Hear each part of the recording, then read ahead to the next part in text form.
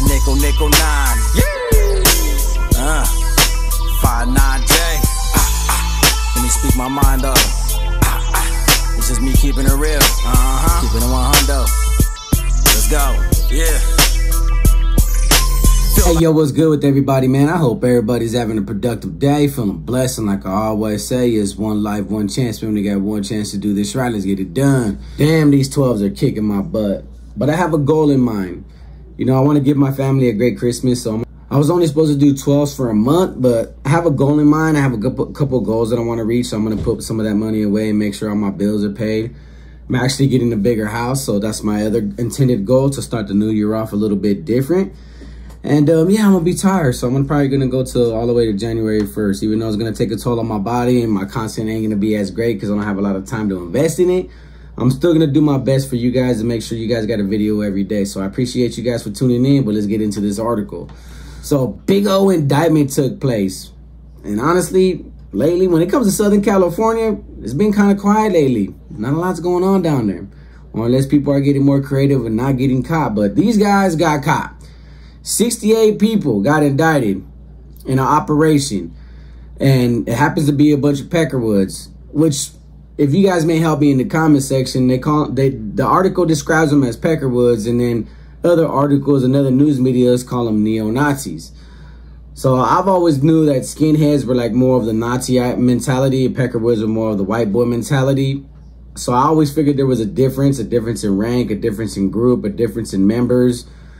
But most articles that I've been reading in regards to this indictment has, you know, consolidated both those names into one article. So I'm like, bro, are they either Peckerwoods that work for skinheads, that work for ABs, or are they Peckerwoods that have a direct line of communication to AB, or are they neo-Nazis? I mean, are they actually skinheads or Nazi lowriders? Because even though Nazi lowriders are not kind of non-existent as we speak, pretty sure there's a lot out there still recruiting. Probably different branches, different locations. This indictment is very similar to the one that we seen that happened in, you know, the Bay Area, Sacramento, all the way to Fresno, regarding the indictment that, in regards to the indictment that the recent Aryan Brotherhood just faced. That was Operation Lucky Charms, that was Operation Lucky Charms, as you see across the screen. Big indictment that put these Aryan Brotherhoods on trial. One of the Aryan Brotherhoods in that case pleaded guilty, but he's retracting his plea because he wanted to do time in the federal penal system, not California.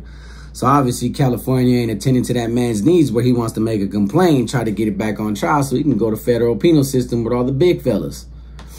But in this indictment, you know, only a few, I want to say there was 12 members that are actually getting charged with big racketeering charges, big conspiracy charges. The rest of the members are only getting charged for conspiracy to distribute narcotics all over the United States. But it happened in the San Fernando Valley area.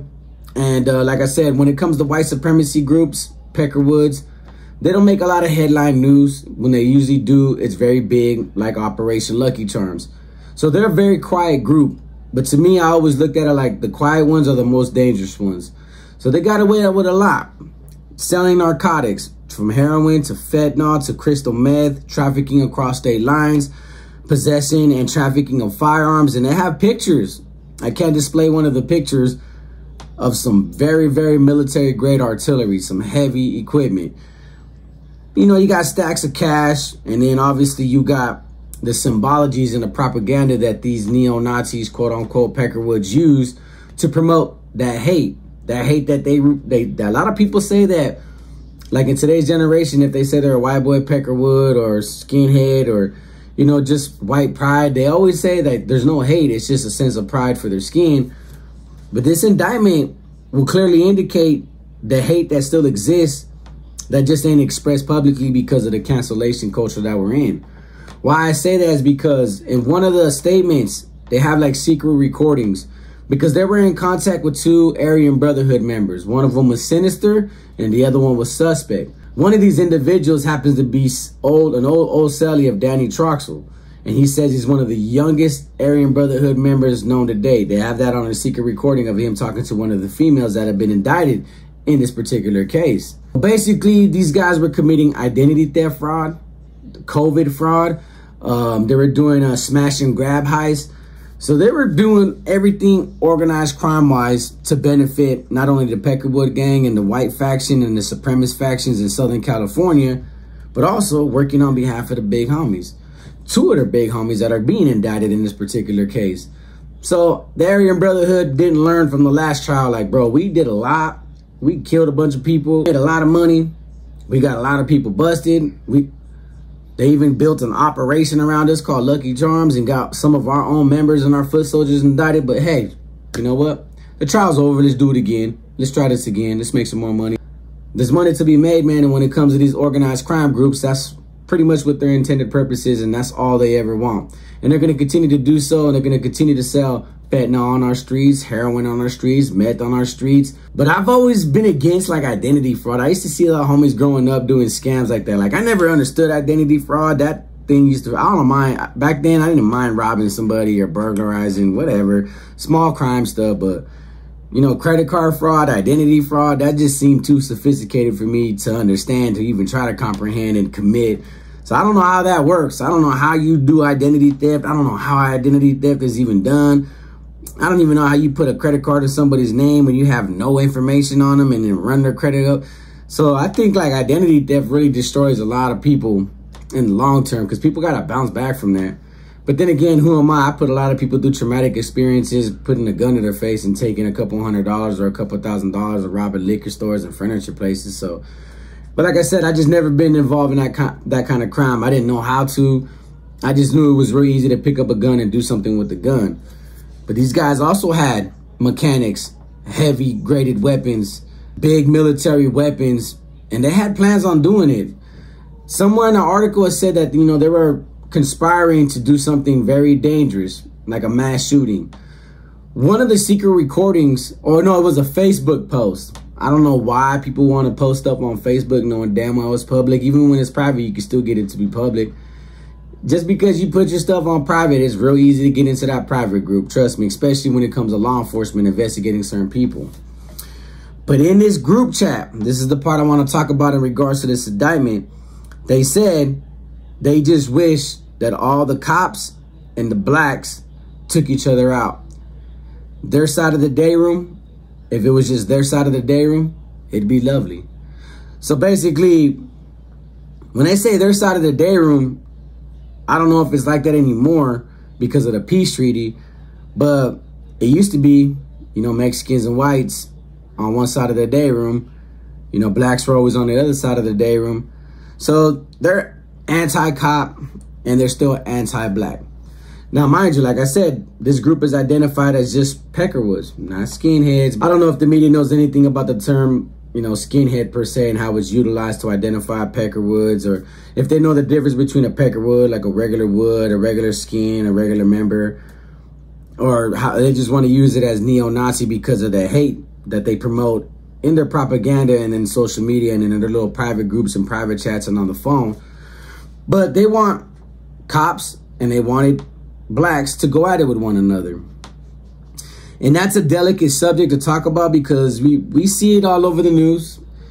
Some people say it's always going to be biased, but we always see, you know, a lot of blacks getting killed by the hands of cops. You know, excessive use of force. Cops just, you know, got a hair trigger finger, they let off, or they overdo their job, or maybe they just did their job and people just want to look at the circumstance like a cop gunned down a regular person. Doesn't matter what color he is. You know, then the media is going to blow it out of proportion, and a lot of people are going to blow that out of proportion. You know, all those circumstances when it comes to that varies. That's why I say it's a delicate subject that I really don't embark on a lot. But I've always said it, and every time I've done a video about the whites, I've always said it. You know, it does take place like that. You know, they might say white pride, they might say they're skinheads, but they're not prejudiced, they're not racially prejudiced against people. That there's no pure hate like that. That was the older days. This is just about being white pride and, you know, white supremacy, meaning, like, you know, just white power, you know, just power for the white people. That's it. They always try to dumb it down, but, you know, since the beginning of time, what your organization has always stood on is the white race. Everybody else is irrelevant. Everybody else is non-important. You know, to me personally, when I see indictments like this and I see groups like this that still exist, Even though it's Hollywood, even though it's social media, even though it's the media itself, it stems from something. I seen this indictment, all I thought about was American History X all over again. You know, that scene where they're at the store and he gives that political speech to his people. Then they go raid that store. That hate propaganda that's in there. Even though the man changed and the storyline changed for the better and then for the worst. You know, when I think of these kind of supremacy groups that group together and have private chats and they're organizing and becoming powerful, utilizing money, utilizing the Aryan Brotherhood, and the Aryan Brotherhood has always stood on that. They're against blacks. They're against other races. There was that was the plot. The plot that they were conspiring to commit was to target Jews and other people of different races. Like, bro, like, when are you gonna realize, man, that for one, Jews damn near run the whole world. They control a lot of the media. They control a lot of the banks. No wonder they were committing bank fraud. They were probably thinking, yeah, we're taking all these Jews' money. But in reality, they were taking a lot of American people's money, doing a lot of bank frauds and robbing just regular citizens, not Jews per se. But I guess to them, hey, we're robbing the banks, we're robbing from the Jews, hey, we won. All right. But I hate to say it, but this is my perspective. And I understand it's not going to be everybody's perspective. But when I see groups like this, I think of American History X. Still exists. When it comes to these groups, I'm not saying it exists, you know, aggressively all over the United States. But what threw me off is when, you know, Trump first went into office and all these white nationalists came out of the woodworks and, you know, their symbologies, the flags, the things that they were doing told me, you know, that white sense of power still exists. It's just not frequent. It's not so relevant. There's different cultures that have been dominant all over social media. So where we don't see or we pay attention to, you know, the white culture per se and the things that they promote privately within themselves. But when you see an indictment like this and you see the description that, hey, all they wanted was blacks and cops to kill one another, you know, it's very threatening. It's a very serious matter because, like I said, you know me, I'm proud to be an American. You know, I have my American rights, but I'm still brown. And it wouldn't sit right with me to see a group like this say, you know what? We just want white people around. We just want us around. We just want to raid everybody else. I don't want them to plot on and take and commit a mass shooting on any race for that matter, because I don't believe in that. I'm against that.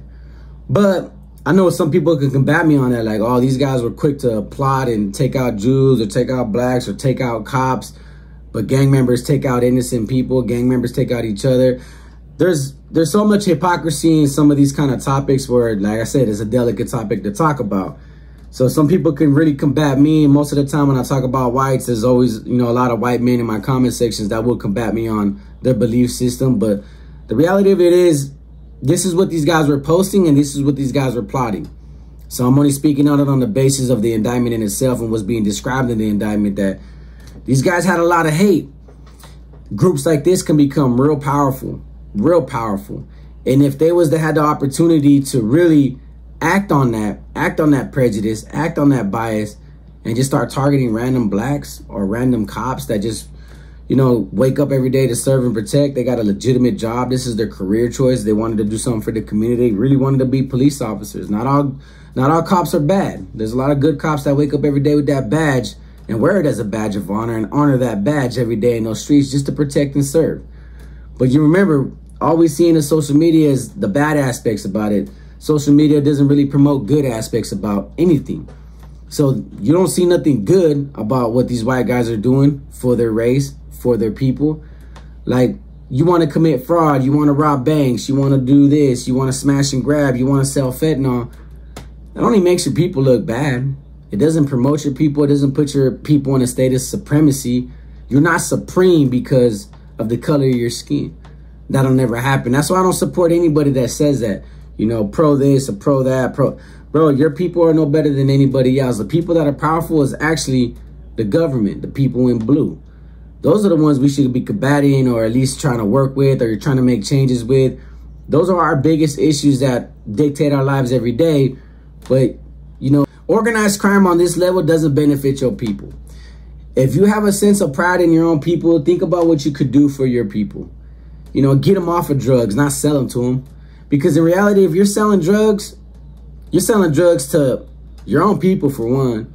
And I'm pretty sure you're selling drugs to blacks, Mexicans, immigrants, whoever is going to make you that money. So how could you be racially prejudiced towards somebody, or towards anybody for that matter, when you're quick to sell them a sack? As a matter of fact, how can you work with Aryan Brotherhood members when they have a peace treaty with blacks and Mexicans to not be bothered with, never to go to war with? So your own big homies don't want to go to war with blacks or Mexicans for the sake of profit, but you're on the streets in these little private groups promoting, you know, racial discrimination, racial prejudice, anti-this, anti-that, and targeting certain ethnic groups and certain nationalities because you decided to hate them in accordance to your belief system. But the people that you work for and you're funding are the same people that are on the yard shaking hands with these same groups like, hey, let's keep the peace. So it's a little hypocritical in what you're doing and what you want to do it for and what you believe in, when the same people that you believe in and who you inspire to be are the people that are actually going against everything that you really stand for. Because once you get to the penal system, that peace treaty does take into effect. And no Aryan Brotherhood organization or its members is going to allow you to change that. And it's going to allow you to interrupt that and interfere with their money-making schemes. They didn't interfere with yours. They just profited from it. But hypothetically, if you're really doing this for your people, you wouldn't be selling dope. You were trying to get your people off drugs. You were trying to get your people into rehab. Matter of fact, you were trying to help your people get a job, fill out a resume, go places, become taxpayers, legitimate people, legitimate businessmen. Nobody's doing that when it comes to organized crime. They all say they're for the people, the protection of the people, the benefit of the people. It just benefits organized crime. So you guys got to really sit back and really reevaluate your belief system, because if you're doing it for the white race, you're doing it for the white pride, all you did was put a big faction from the San Fernando Valley, 68 members, incarceration. That's all you did, was you incarcerated them, you got them indicted, you got them incriminated. You put your own people in jail instead of keeping your people out of jail. So already your belief system kind of goes down the drain, because you got so much pride in your supremacy that you're better than everybody else, but you commit crimes and incarcerate yourself like the same people that you claim to hate every day. That's why I found this article a little hypocritical, but people shot it to me. I wanted to show you guys everything that was going on and everything that was taking place in the San Fernando Valley. A dangerous group got indicted and they're off the streets. But we can't say that's all of its members, and we can't say that, you know, hate doesn't exist. Hate's always going to exist. Racism, even though it's 2024, I thought we were over this, still exists. It's just not as bright and it's not as loud as it used to be. But like I said in the beginning of this video, it's the quiet ones are the dangerous ones. And I'm kind of thankful that, you know, they didn't actually fulfill their act and their, you know, duty to their own organization and to their own color of their skin. That they didn't go commit a mass shooting and plot on people that, you know, the feds were able to stop this before it happened, because they could have did a lot of damage. With the pictures that I seen and the arsenal that they had, they could have did a lot of damage. So I thought I'd bring this article to your guys' attention. So with that being said, like I always say, is one life, one chance. We only got one chance to do this right. Let's get it done. Peace.